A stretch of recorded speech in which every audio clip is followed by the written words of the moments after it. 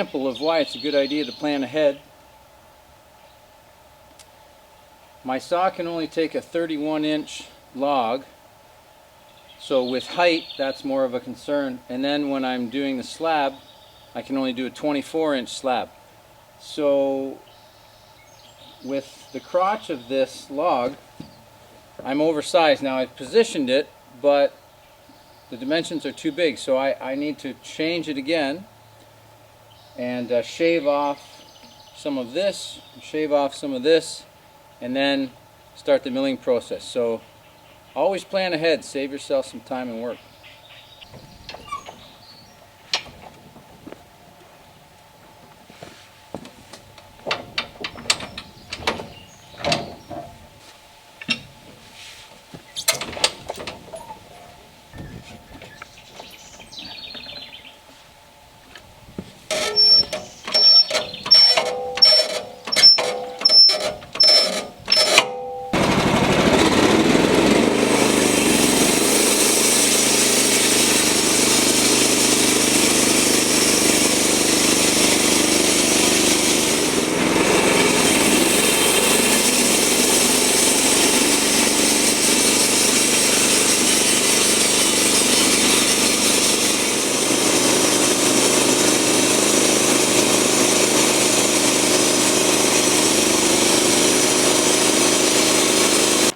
So you can see from here, there's some interesting crotch grain in this, but I want to go for the larger crotch. So I'm going to stop milling this, even though I've got some gorgeous wood here, because I want to focus on the larger crotch.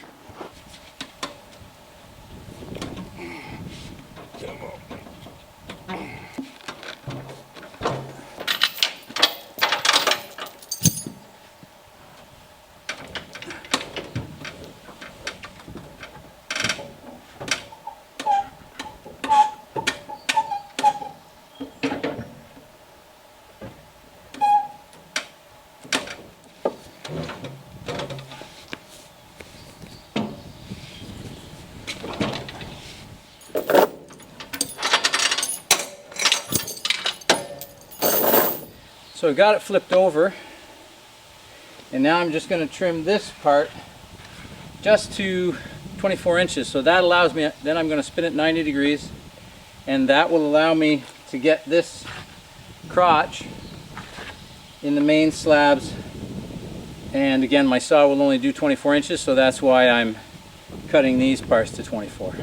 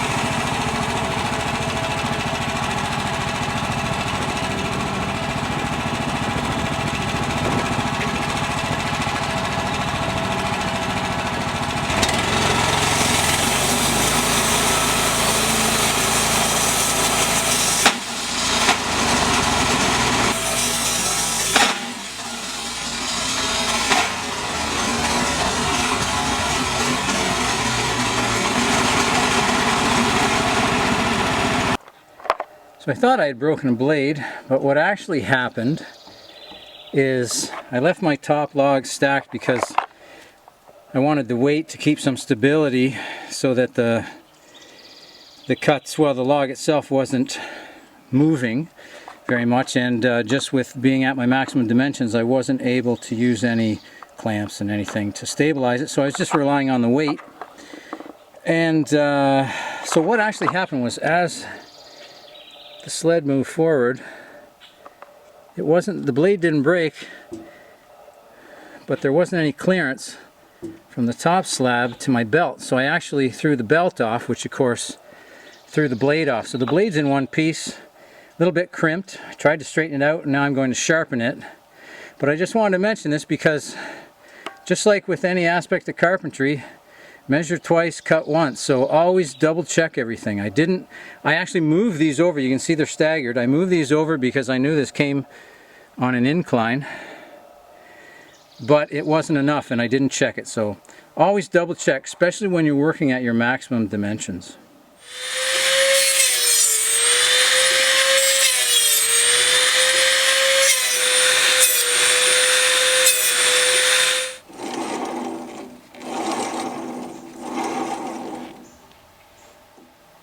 So after throwing the blade, I've resharpened it, I've checked all my belts, and I've checked the pitch on the teeth.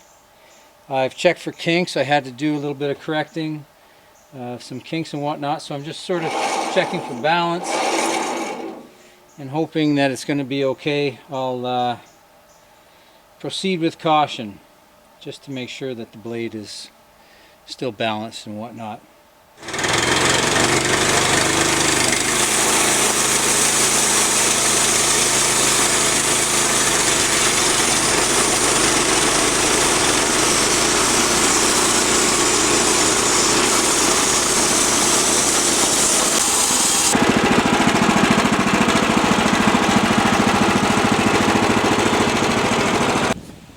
Well, the blade performed well. It cut like butter, balanced, it felt good, didn't shimmy, didn't catch the wood, cause any undue vibration, so that was a success. Now let's see what this log has yielded.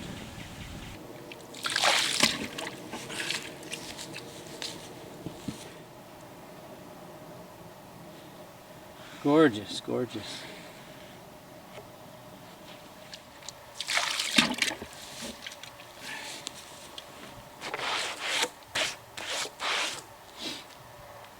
This one might take the cake. Some really interesting figuring in here. Some compression, or it even looks like a little bit of flaming, but that just might be the cutting or the compression. Of course, this is really interesting in here. Wow. Very cool. Very cool.